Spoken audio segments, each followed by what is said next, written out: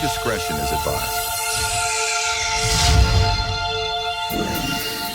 In many law enforcement encounters, officers are required to make split-second decisions, often within moments of arriving on the scene. The following clips highlight instances where rapid responses were critical in life-threatening situations. And things go from 0 to 100 real quick. On the afternoon of May 13, 2025, officers responded to an apartment building on Christopher Avenue after receiving a 911 call reporting a violent domestic dispute. A woman met officers in the lobby and told them that the father of her children was threatening to kill her. As officers made their way upstairs, they encountered 25-year-old Damon Luther standing in the hallway holding a large knife. Body camera footage shows Luther pulling the knife from his waistband before advancing toward the officers.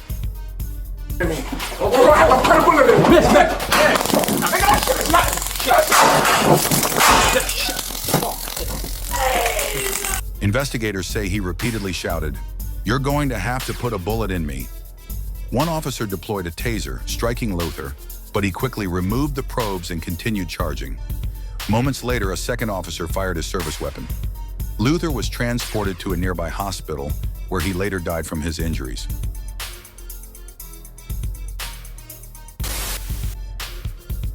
On July 31st, officers responded to several 911 calls reporting a man looking into and possibly attempting to enter parked vehicles on Ernestine Street. When officers arrived, they located 38-year-old Akintunde Campbell, who matched the description provided by callers. Campbell told officers he was waiting for a friend before attempting to walk away. As officers spoke with him, they noticed a noticeable bulge in the front pocket of his hoodie, which they believed could be a weapon. When officers attempted to detain him, investigators say Campbell resisted and continued walking away with one hand inside his pocket. Officers drew their firearms and repeatedly demanded to know what he was holding. According to investigators, Campbell then pulled a handgun from his hoodie pocket and raised it with both hands while facing the officers. What's your hand? What is in your hand? What's your on your head? What's your on your head? Put it down! Put it down now! Put it down! Put it down now!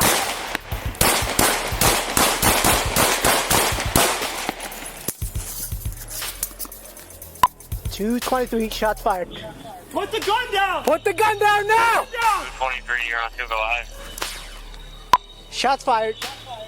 Male down with a gun.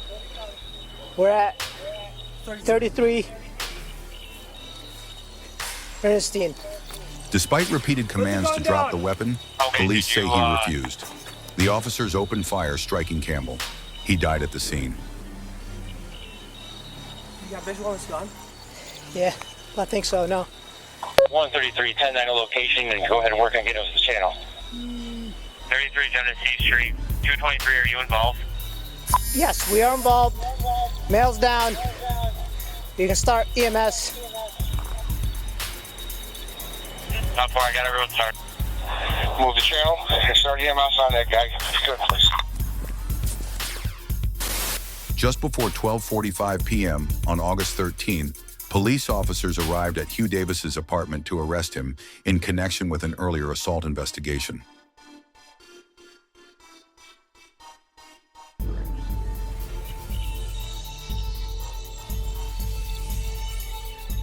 As an officer knocked on the apartment door, part of the door suddenly collapsed inward.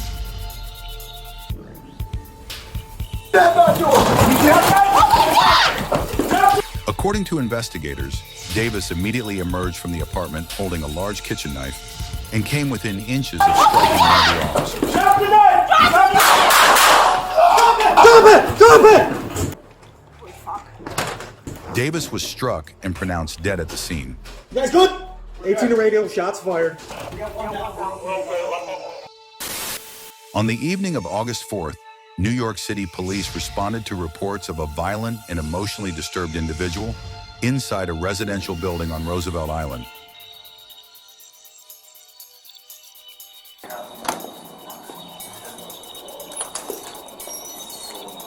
Try it again, maybe.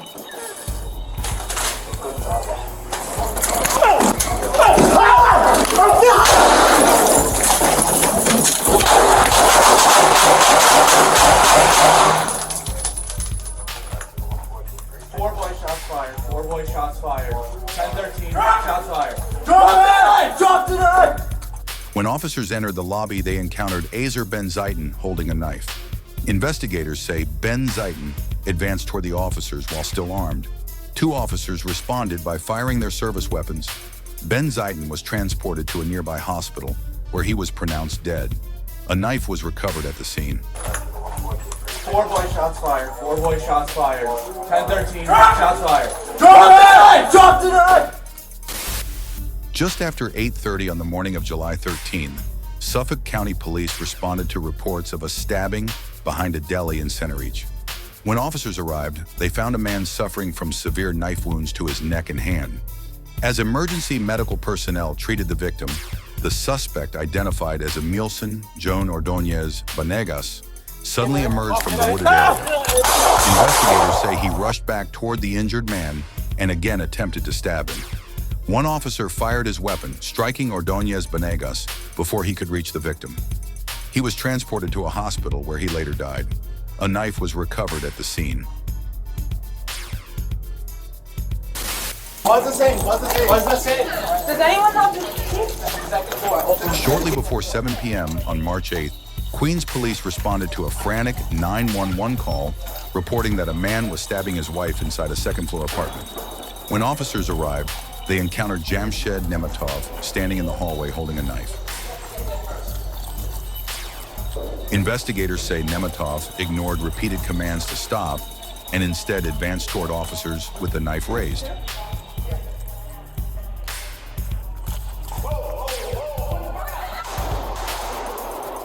One officer deployed a taser while 2 others fired their service weapons. Nematov was transported to a local hospital where he was pronounced dead.